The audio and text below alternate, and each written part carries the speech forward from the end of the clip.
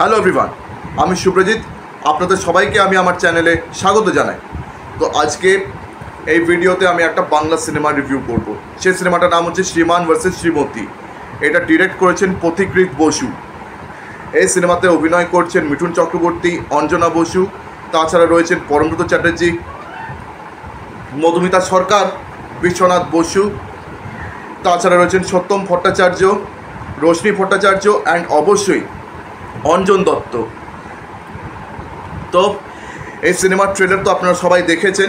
তো আপনারা এটা ট্রেলার যদি দেখেছেন তো মোরালেস আপনারা জানেন যে মিঠুন চক্রবর্তী হচ্ছেন একজন জাজ সাহেব।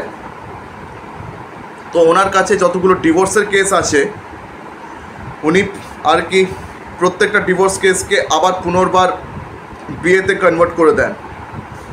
মানে কোনোদিন কোনো কাপলের তিনি ডিভোর্স হতে দেননি। ওনার কাছে যতগুলো ডিভোর্স কেস এসছে উনি তাদের কিন্তু পুনর্বার তাদের সম্পর্কটাকে তিনি শুধরে দিয়েছেন, তাদেরকে ভালো উপদেশ দিয়ে তাদের সম্পর্কের মোড় তিনি পার্সোনালি ঘুরিয়ে দিয়েছেন। তো যতগুলো দম্পতি তার কাছে ডিভোর্সের কেস নিয়ে আসে পরবর্তীকালে তারা আর ডিভোর্স চায় না। পরবর্তীকালে তাদের মানে ডিভোর্সের সম্পর্কটা আবার শুধরেই যায়। তো তিনি সেই ধরনের জাজ সাহেব যিনি কোনোদিন কারো ডিভোর্স হতে দেন না, সব সম্পর্ক তিনি শুধরে দেন। কিন্তু ওনার নিজের ব্যক্তিগত জীবনটা সেরকম নয়, তার একেবারে উল্টো। 27 বছর ধরে তার স্ত্রীকে তিনি ডিভোর্স দিচ্ছেন না, কিন্তু তার স্ত্রী তার কাছে ডিভোর্স চাইছেন। তো তার স্ত্রীর সঙ্গে তার ওই বিয়ে ডিভোর্সের লড়াই চলেই যাচ্ছে, শেষ হওয়ার কোনো নাম নেই। তার উপরে প্রাক্তন প্রেমিক তার স্ত্রীর প্রাক্তন প্রেমিক সে হাজির হয়ে যাচ্ছেন। তো এরপরে কি হবে? তার স্ত্রীর সঙ্গে তার সম্পর্কটা কি শুধরে যাবে নাকি চিরকালের জন্য শেষ হয়ে যাবে? এটা যদি জানতে হয় তাহলে আপনাকে সিনেমাটা দেখতে হবে। তো দেখুন, এই সিনেমাটা কিন্তু ইয়াং অডিয়েন্সের জন্য বানানো একেবারেই নয়।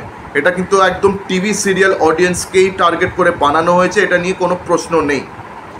এই সিনেমাটা ওই টিভি সিরিয়াল অডিয়েন্স না হলে বয়স্ক অডিয়েন্সদের কিন্তু সবথেকে বেশি ভালো লাগবে। ইয়াং অডিয়েন্সের জন্য বানানো সিনেমাটা নয়। আর এই ধরনের সিনেমাই আজকাল বাংলা ইন্ডাস্ট্রির কমন ট্রেন্ড। বাংলা ইন্ডাস্ট্রিতে বড় বড় প্রোডাকশন কোম্পানি যতগুলো আছে তারা কিন্তু বেশিরভাগই এই ধরনের সিনেমাতেই ইনভেস্ট করছেন, বিকজ এই ধরনের সিনেমা একটা গ্যারেন্টিড রিটার্ন দিচ্ছে প্রডিউসারদের। কম বাজেটে সিনেমা তৈরি করো, টিভি সিরিয়াল অডিয়েন্সকে এই সিনেমাগুলো ফিড করো, তারা হলে এসে সিনেমাটা দেখবে, প্রফিট ভালো রকমই জেনারেট হবে। এইভাবেই বাংলা ইন্ডাস্ট্রি চলে আসছে। তো এই ধরনের সিনেমা আমার কিন্তু খুব একটা ভালো লাগে না। জাস্ট রিভিউ করার স্বার্থে এটা আমি দেখেছি, এই জাস্ট। তো দেখুন, এই সিনেমাতে কিন্তু প্লাস পয়েন্টস রয়েছে। অভিনয় কিন্তু প্রত্যেকেরই খুব ভালো হয়েছে, বিশেষ করে মিঠুন চক্রবর্তী, অঞ্জনা বসু, এরা পারফরমেন্স খুব ভালো দিয়েছে। এবং এদের ইয়াঙ্গার ভার্সন প্লে করেছেন সত্যম ভট্টাচার্য, রশ্মি ভট্টাচার্য, তাদেরও কাজ খুব ভালো হয়েছে। অ্যান্ড বিশেষ করে অঞ্জন দত্ত, ওনার ক্যারেক্টারটা কিন্তু সবথেকে অ্যাট্রাকটিভ ক্যারেক্টার। উনি সেকেন্ড হাফ থেকে আসছেন, কিন্তু সেকেন্ড হাফ থেকে অঞ্জন দত্ত পুরো শো স্টিলার হয়ে যাচ্ছেন। উনি মিঠুন চক্রবর্তীর থেকে বা অঞ্জনা বসুর থেকে পুরো শোটা নিজের দিকে তিনি টেনে নিচ্ছেন। তো Anjan Dutt is the show stealer. ওনার কাজ দারুণ হয়েছে এই সিনেমাতে। অ্যান্ড এই সিনেমা অনেক পুরনো কালের বাংলা ইন্ডাস্ট্রির যে স্বর্ণযুগ ছিল 1950 থেকে 70-80 দশক অবধি, তো ওই স্বর্ণযুগের যতগুলো ক্লাসিক সিনেমাস রয়েছে বা যতগুলো আর কি অভিনেতা অভিনেত্রী রয়েছেন, বিশেষ করে উত্তম কুমার, সুচিত্রা সেন, তাদেরকে কিন্তু ভালোভাবে ট্রিবিউট জানায়। তাদের সিনেমা সেলিব্রেট করে, সেই এরাটাকে কোথাও না কোথাও এই সিনেমা সেলিব্রেট করে, তাদেরকে ট্রিবিউট জানানো হয়েছে এই সিনেমাতে।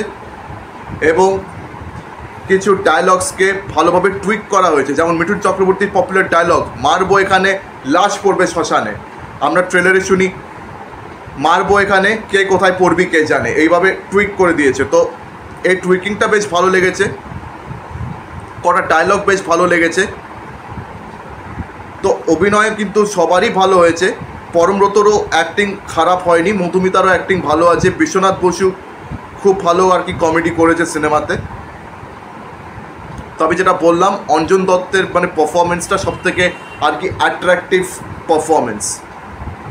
আর বাকি আরও অনেক অভিনেতা অভিনেত্রী এই সিনেমাতে মজুদ আছে যাদের নাম আমার জানা নেই, কিন্তু তারা সবাই চেনা পরিচিত মুখ, তাদেরও কাজ বেশ ভালো হয়েছে।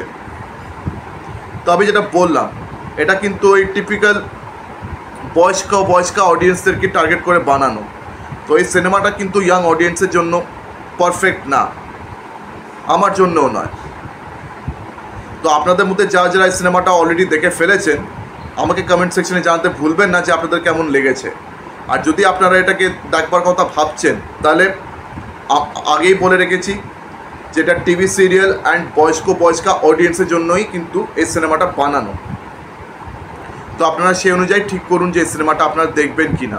1 মেতে সিনেমাটা রিলিজ হয়েছে। তো এই হচ্ছে ব্যাপার এই সিনেমাটার। তো এই সিনেমা নিয়ে আমার আর বেশি কিছু বলার নেই। তো আমার ভিডিও ভালো লেগে থাকলে লাইক করুন, বেশি করে আমার ভিডিওটি শেয়ার করবেন, আর হ্যাঁ, আমার চ্যানেলটিকে সাবস্ক্রাইব করতে ভুলবেন না। তো আজকের দিনের মতন বিদায় নিলাম। আপনাদের সঙ্গে আমার দেখা হচ্ছে পরবর্তী ভিডিওতে। ধন্যবাদ।